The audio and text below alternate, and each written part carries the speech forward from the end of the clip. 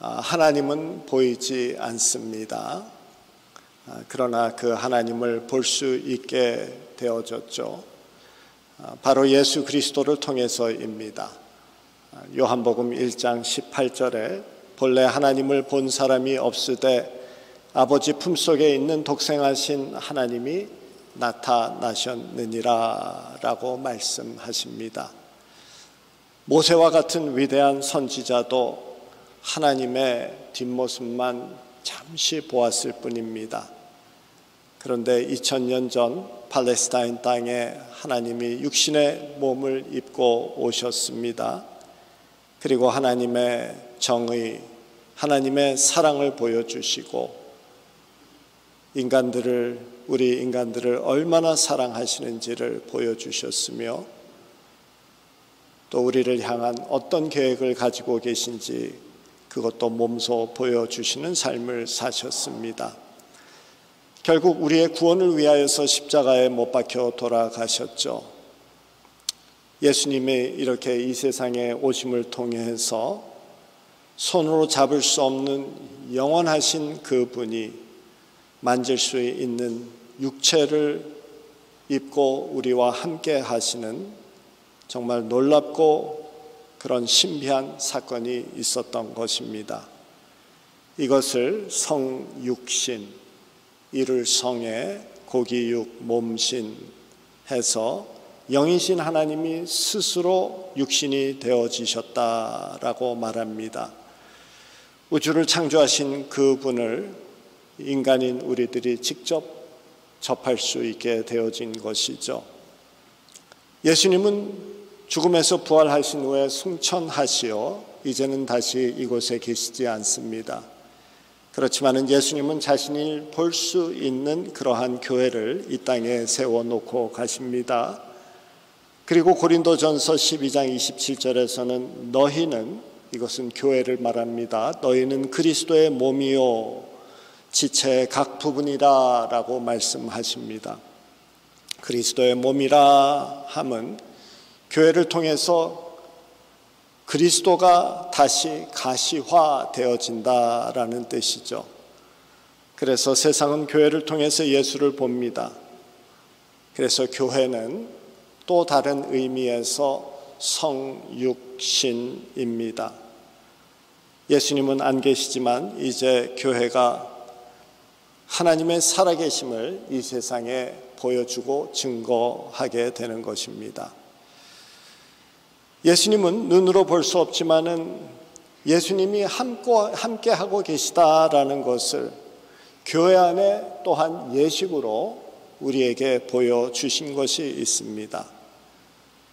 교회에서 정기적으로 행하는 성례전이 되어집니다. 성스러운 예전을 뜻하는데 개신교에서는 세례식과 성찬식 이 두 가지를 성례전이라고 합니다. 그 중에서 세례는 필요에 따라서 행하게 되어지죠. 새로 예수를 믿는 교인들이 많은 교회에서는 자주 행하게 되어질 것입니다. 그렇지만 일반적으로 많은 교회들이 부활절과 성탄절에 이 세례식을 하고 우리 교회도 그렇게 집행하고 있습니다. 반면에 성찬식에 대해서는 노회에서 그 빈도수를 정해 놓았습니다.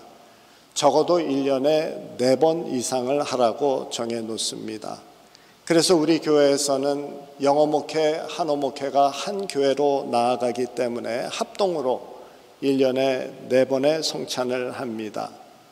공동회의가 있는 2월 중에 한 번 하고요. 종료 주일에 한 번 하고 세계 성찬주일인 10월 첫 주에 저희들이 또 합니다.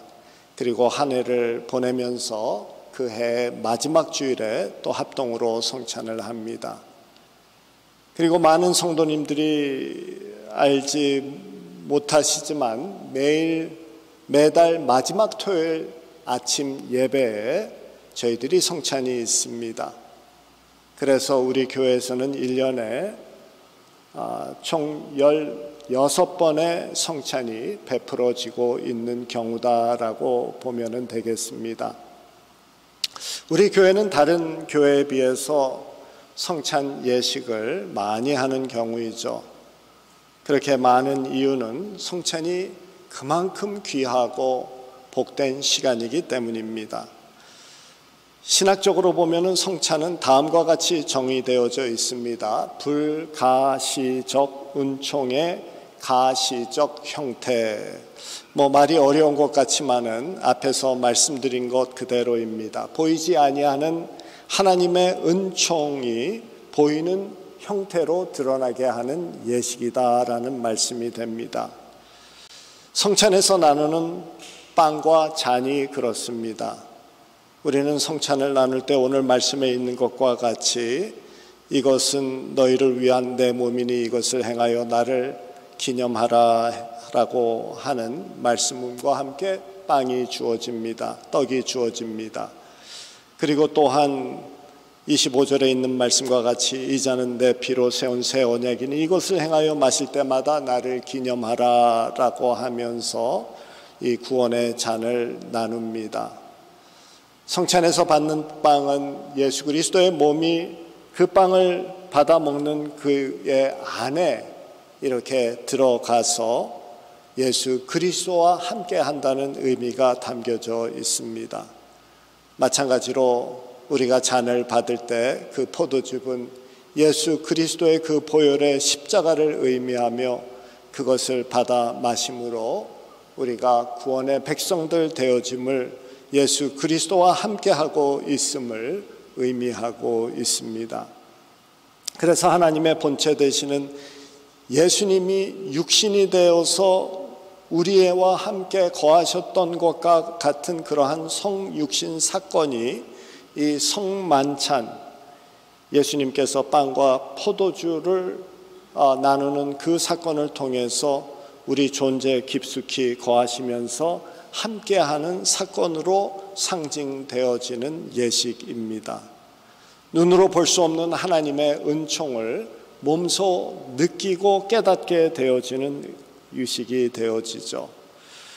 현대 교회에서는 많이 약화되어져 있지만은 고대 교회라든가 또 중세 교회는 성만찬의 교회라고 불리울 정도로 성만찬을 예배의 가장 중심에 두었습니다.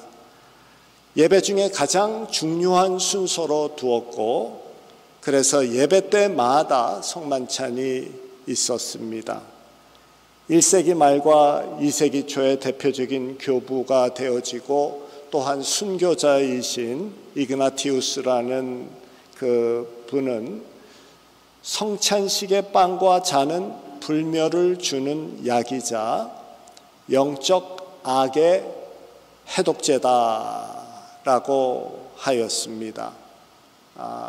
혹시 그것이 화면에 뜰 수 있을까요? 예, 감사합니다. 성만찬의 빵과 포도주를 받음으로 해서 몸과 마음이 새로워지고 깨끗해지는 영적 능력이 있음을 가르쳤고 또한 성만찬을 통하여서 우리의 영의 모든 죄가 사해지는 그러한 영적 악의 해독제로서 여겼던 그런 기독교 전통이 있었던 것이죠. 그래서 그 당시에는 이 성만찬 아무나 참여할 수 없었습니다. 성도들이 이렇게 모여서 함께 예배를 드리고 그러고 나면은 일부는 퇴장하게끔 되어집니다. 세례를 받지 않은 사람이라든가 아니면은 본인이 생각하기에 하나님의 그 성스러운 자리에 설 수 없다라고 생각되어지는 경우에는 스스로 그 자리를 피했던 경우입니다. 성만찬이 있는 날에는 특별한 사정으로 인해서 예배를 참석하지 못했던 성도들이 있다라고 하면은 그들을 위하여서 교회 감독들과 장로들이 집까지 찾아가서 성만찬을 나누었던 그렇게 성만찬을 귀하게 여겼던 전통이 있고 그렇게 집을 찾아갔던 것이 이것이 연결되어져서 요즘의 신방이 있는 것과 마찬가지죠. 성만찬은 요즘에 생각하는 것과 비교할 수 없을 정도로 그 당시에는 권위와 그 효력을 인정했던 분위기였습니다. 우리들도 이 성만찬의 중요성과 영적 효력을 인정하는 이 교회의 전통을 본받아야 합니다. 그리고 주님 앞에 깊이 나아가는, 가까이 나아가는 그러한 시간을 가져야 될 것입니다. 성만찬을 부르는 이름들은 다양했습니다.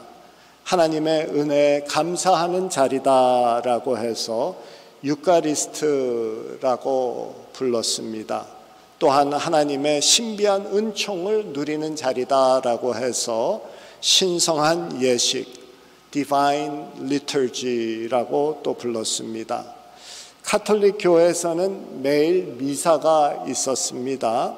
우리는 미사 그러면 그냥 가톨릭의 예배 정도로 생각하지만은 전통적으로 미사라는 것은 성찬식을 이야기했습니다. 그리고 미사라는 그 단어는 파송하다라는 뜻이 되어졌습니다. 그래서 아침마다 성도들이 함께 모여서 성찬식을 마치고 그리고는 세상에 나아가서 그에게 주어진 하루의 삶을 잘 살아내는 은혜를 입는 시간이었습니다. 그리고 성찬의 이름 중에 은총의 주입, Injection of Grace라는 이러한 이름으로도 불렸습니다. 우리의 몸과 영혼에 마치 은총의 주사를 맞는 것과 같다라는 그러한 의미가 담겨져 있죠. 그래서 성만찬은 단지 눈으로 보이는 떡과 잔을 나누는 그런 단순한 행위가 아니라 하늘로부터 오는 그 은총이 우리의 삶에, 우리의 영혼에 침투되어지는 그 시간이고 마치 생명의 주사를 맞는 것과 같은, 그래서 우리가 다시 힘을 얻고 세상에 나아가서 악과 싸우며 죄를 물리치고 살아갈 수 있는 그 능력을 입는 것과 같은 그러한 시간이다라는 의미가 담겨져 있습니다. 이 은총의 주입은 상처 입은 내면을 어루만지고 메말랐던 심령의 생기를 불어넣고 죄로 흐트러진 우리의 영혼을 맑게 하고 그리고 다시 예수 그리스도의 그 생명과 연결되어지는 역할을 하게 했다라는 것이죠. 그래서 예전에는 우리 가톨릭은 아직까지도 있지만은 구교에서는 죽기 바로 전에 또 성찬을 받는 그러한 전통을 가지고 있죠. 성찬을 받을 때 우리는 단순히 기억하는 것을 넘는 행사입니다. 예수 그리스도의 임재와 능력이 현재형이 되어져서 우리에게 다가오는, 그리고 하늘의 강물처럼 그 은총이 우리의 삶에 흘러 넘치게 하는 그러한 시간이 되어지는 것입니다. 하늘의 은총의 주입이라는 이 말씀 우리가 기억하며 성찬을 복되게 여기고 또 성찬의 자리를 소망하시기를 바랍니다. 매달 마지막 토요일에 성찬이 있습니다. 그 시간 은총이 주입되어지는 하늘의 은총을 누리는 그러한 성찬에 함께해 주시기를 바랍니다. 성찬은 기회가 있을 때마다 받을 수 있지만 평생 한 번만 받게 되어지는 예식이 세례식이 되어지죠. 전통적으로 평생 한 번 받는 세례인이 또 이 예식 또한 무척이나 중요하게 간직되어졌습니다. 사랑하는 사람이 있으면은 결혼식을 하지 않는다 할지라도 시청에 가서 신고만 하면 부부가 됩니다.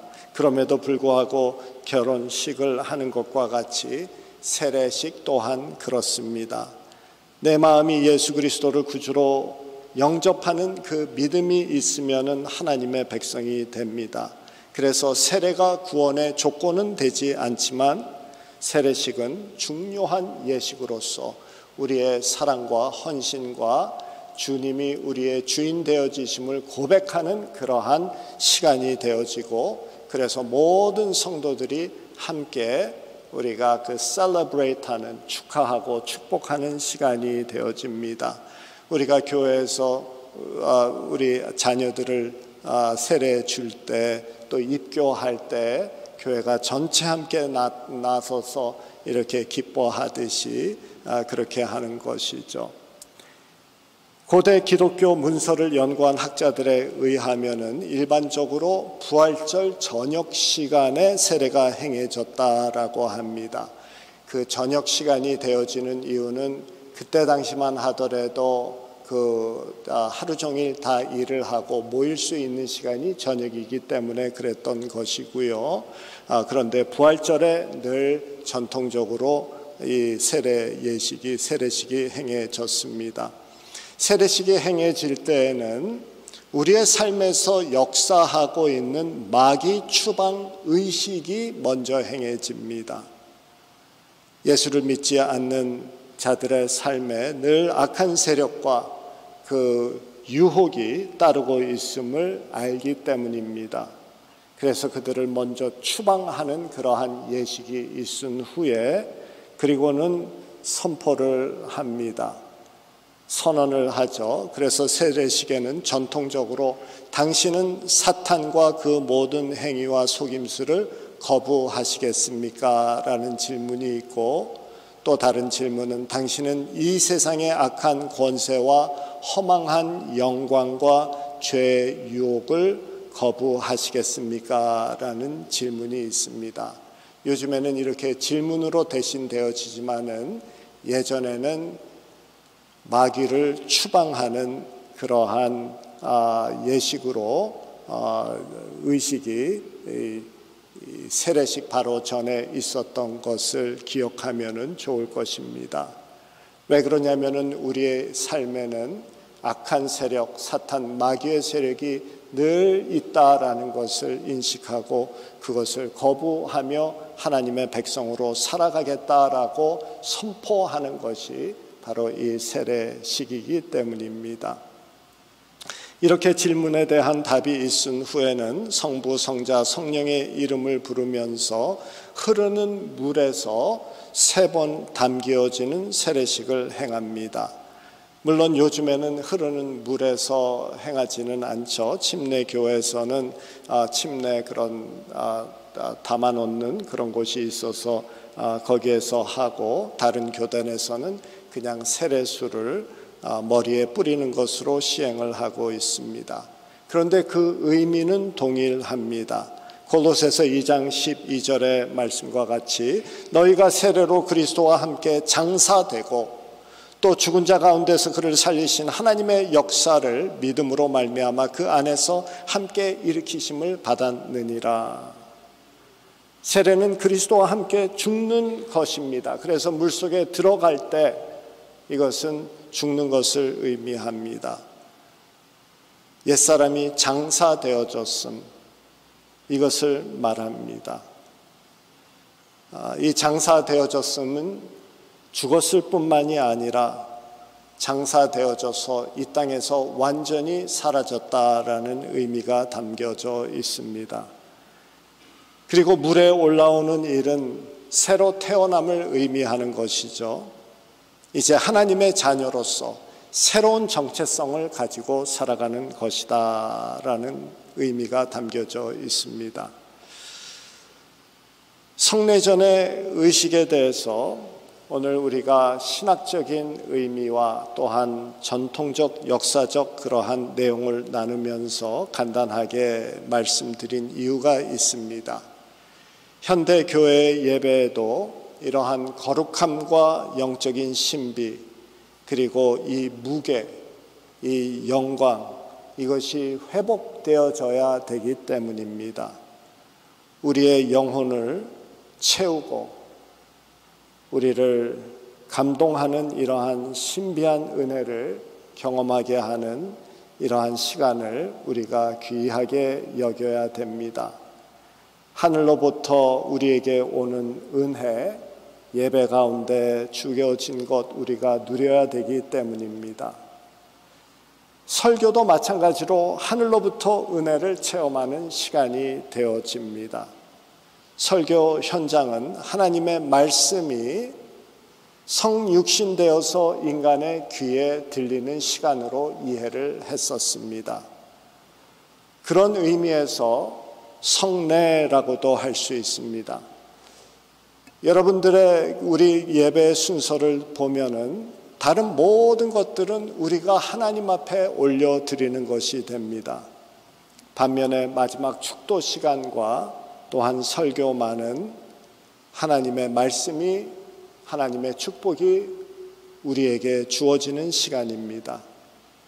그래서 설교자는 하나님의 말씀을 선포한다는 이 두려움을 마음에 담고 최선을 다해서 말씀을 준비하고 또한 깨끗하게 전해야 합니다. 그리고 듣는 자는 하나님이 나에게 하려는 말씀이 무엇인가 라는 것을 분별하는 마음으로 성령님을 의지하며 집중해야 됩니다. 혹시라도 우리가 설교를 인간의 소리로 듣고 그래서 인간의 지식으로 판단하고 또는 다른 한편으로는 나태하게 듣고 있는지 스스로 돌아봐야 됩니다. 하나님은 이처럼 교회 예배하는 성도 가운데 거하시면서 성만찬을 통해서 자신을 드러내시고 세례를 통해서 예수 그리스도의 십자가를 다시 누리게 하시며 또한 말씀 선포를 통해서 하늘의 은혜를 부어주시고 성령의 역사하심을 체험하게 하십니다. 말하자면 교회는 성육신 사건이 일어나고 있는 놀라운 축복된 곳이고 그리고 그러한 영광된 임무를 가진 하나님이 모은 그런 모임이라는 것입니다. 그런데 세상은 예수는 좋은데 교회는 싫다고들 말하는 경우가 되어졌습니다. 왜냐하면 교회가 오히려 하나님의 영광을 가리는 하나님의 임재를 막는 그런 곳이 되어졌기 때문이죠. 여러 가지 이유가 있지만 그 중에 오랫동안 한국 교회에서 이슈가 되어지고 있는 교회 세습 문제도 거론이 됩니다. 대형 교회나 중형 교회를 막론하고 좀 괜찮다라고 하는 교회는 이미 많은 곳이 세습이 되어져 버렸습니다. 교회는 하나님의 교회인데 하나님이 주인이신데 세습되어졌다라는 것은 교회를 인간의 무엇으로 사유화했다라는 의미가 됩니다. 인간의 권력욕, 명예욕, 소유욕이 드러나는 형태이고 성도들은 한 인간에 대한 눈먼 맹신으로 교회를 그렇게 내팽개쳐진 것이 바로 세습입니다. 북한의 세습과 다를 것이 무엇입니까? 다른 것도 아니고 거룩함과 하늘의 신비와 십자가의 은혜가 흘러 넘쳐야 하는 것, 하늘의 은총이 주입되어져야 되는 이곳에서 인간의 탐욕과 아집과 세상도 거부하고 불편해하는 그 악함이 흘러 넘치는 그런 안타까운 상황이 되어져 버린 것입니다.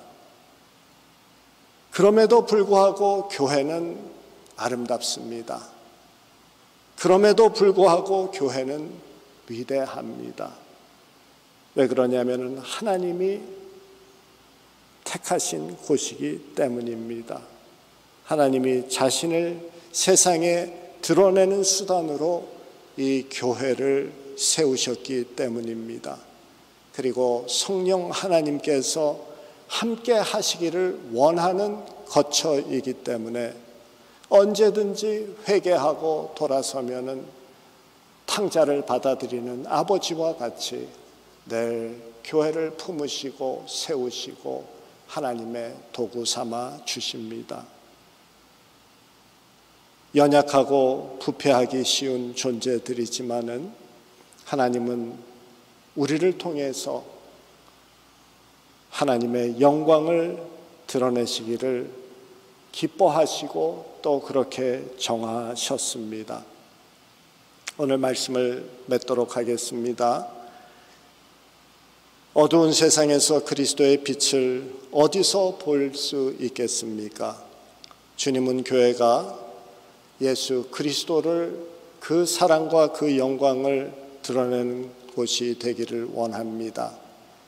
잃은 자를 찾고 작은 자를 섬기는 그 모습에서, 자기를 비우고 희생하는 그 모습에서, 세상의 소유와 평안보다는 하나님의 뜻과 나라를 구하고자 하는 그 결연한 모습에서 세상은 예수 그리스도의 사랑을 알게 되고 세상의 희망을 발견하게 되어질 것입니다. 우리 교회 역시 하나님의 은혜와 영광을 드러내야 하는 이 책임을 가지고 있음을 기억해야 됩니다.